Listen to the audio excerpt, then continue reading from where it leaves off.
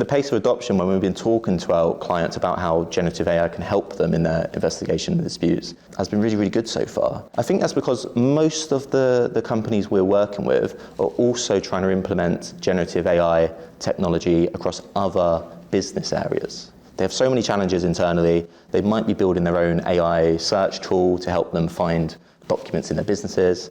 General counsel might be building contract review platforms to help them manage their contracts better. And all of those technologies have generative AI built in. So generative AI is a term that they're used to hearing, and they are seeing the advantages of it. So I think when we turn up and talk about how this technology can really enhance this process in disputes and investigations, generally companies are receptive at the moment.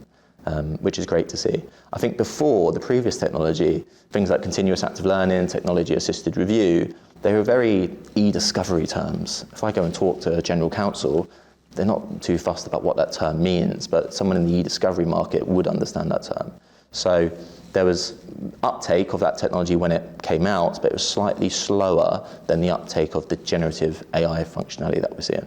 But really the key to all of this is the skill sets that we have in the way that we're applying this generative AI technology. There's a real skill in how you interact with the system to get the best out of the system. And it's about prompt writing. So very similar to the way that people would use large language models available publicly through the internet. You draft a prompt, throw that into the system, and the system gives you some answers. And we've seen through the last year and a half that we've been practicing with large language models that really there's a skill to be learned in the way to craft a really good prompt. And that's a really important part of the process. We're still officially waiting to see how courts and regulators are going to respond to the use of generative AI in these processes. So something like a large competition case, antitrust case, where you need to explain to the regulator the approach that you've taken. We've got a really good track record of explaining these algorithmic approaches and how we're helping our clients go through that process. But similarly, in the UK court system, normally a judgment comes out and it says this is the use of the technology, this is how disclosure went, and yes, I've signed off on it, and it all worked really well. And we're still waiting for those official judgments to come out. The great thing is in that disclosure process, there's normally earlier stages where you have to explain the approach you are going to take. And we've now explained in cases we're going to use generative AI, and so far so good. The opposing side on those cases are following a similar methodology, and the courts have been happy with the approach that both sides are taking. So there's really positive signs that the courts, and I believe the regulators, will be used to people using this technology. And it's important to note out that people like the regulators are also dealing with the same challenges that we deal with. They will be receiving huge data sets as they launch these investigations. So they're also going to be looking into the way that generative AI can help them analyse their data and run their investigations much quicker.